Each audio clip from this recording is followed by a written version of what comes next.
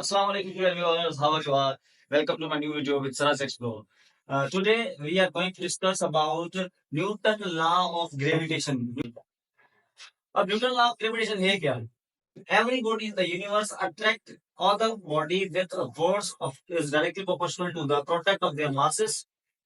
कोई भी ऑब्जेक्ट इस दुनिया में और दूसरे ऑब्जेक्ट पर फोर्स लगाता है, फोर्स ऑफ अट्रैक्शन, ठीक है, या रिपल्जन भी हो सकती है। Is direct proportional to the product of their masses. It means जितने बड़े मास होंगे उतनी ही ज्यादा उनके बीच में फोर्स ऑफ अट्रैक्शन होगी, जितने छोटे मास होंगे उसके बीच में उतने ही कम उसमें फोर्स ऑफ अट्रैक्शन होगी, ठीक है। And inversely proportional to the square of the distance between them, और ये इनवर्सली प्रोपोर्शनल होते हैं स्क्वायर ऑफ द दिया। फार्मूला दिया किसने? ये दिया सर आइजैक न्यूटन। नाम आपने सुना होगा, सर आइजैक न्यूटन।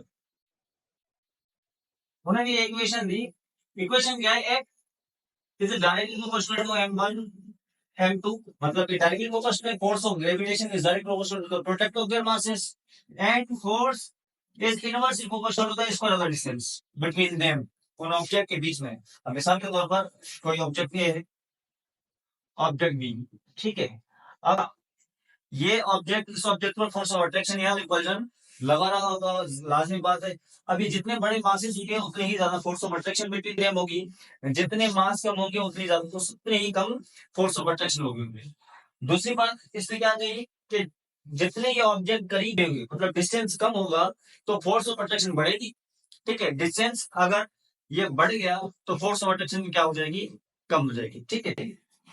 अब इस दोनों इक्वेशन को, इक्वेशन नंबर 1, इक्वेशन नंबर 2, अगर इन दोनों इक्वेशन को कंपेयर करें तो हमारा फार्मूला बनता है F is equal to G m1 m2 divided by r square.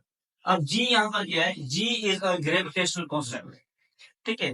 और gravitational it means it will be constant in the whole universe. और G की वैल्यू क्या है? 6.67 into 10 to the power -11 newton metre square पर kilogram square, ठीक है। ये है हमारा न्यूटन लॉ ऑफ ग्रेविटेशन। एक छोटी सी एग्जांपल लगने धीरे से आपको उम्मीद है कि ये बहुत और ज्यादा समझ आ जाएगा। अगर आप आपके सोलर सिस्टम देखें तो आपका बीच में क्या है? सन। सन और पहला हमारा जो प्लेनेट है वो मरकरी है। अब सन जो है, मरकरी में फोर्स ऑफ अट्रैक्शन ज्यादा लगेगा क्योंकि distance between them is smaller. और सन और हम प्लूटो की बात करें, प्लूटो बहुत दूर है सबसे। तो अगर रेडियस की बात करें तो सन रेडियस बहुत ज्यादा है, तो उनकी force of attraction between the sun and the Pluto will be less, ठीक है। यहाँ तक बात समझ आ गई।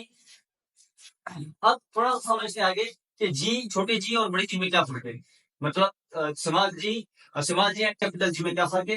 कैपिटल जी क्या है? यूनिवर्सल ग्रेविटेशनल कांस्टेंट है, ये होल यूनिवर्स में क्या होता है? सेम होता है। और छोटी जी जिसे हम स्मॉल जी भी कहते हैं, वो किसको क्या कहते हैं? Acceleration due to gravity. हर प्लेनेट के अंदर अपनी अपनी ग्रेविटी होती है, वो वेरिएबल होती है, ठीक है। और बड़ी चीज जो है, सेम वैल्यू एवरीवेयर, पूरी यूनिवर्स में अगर हम जाएं तो universal gravitation will be same.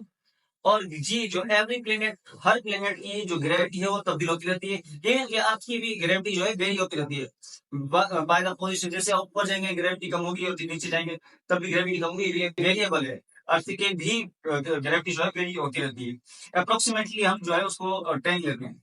अब वैल्यू ऑफ जी कितनी है? जैसे हमने यहाँ पर डिस्कस किया, सराय से ने हमें बताया कि 6.67 into 10 to the minus 11 newton metre square पर kilogram square is the value of the gravitational constant and the value of the G gravity. अब वो मैंने आपको पहले डिस्कस किया कि वो वैल्यू होती रहती है। तो अर्थ की ग्रेविटी कितनी है? 9.9, मून 1.62, जुपिटर 25, और इसी तरीके से मुख्तलिफ प्लैनेट्स हैं, सबकी gravity according to their masses is different. उम्मीद है ये आज का lecture Newton law of gravitation आपको समझ आया होगा।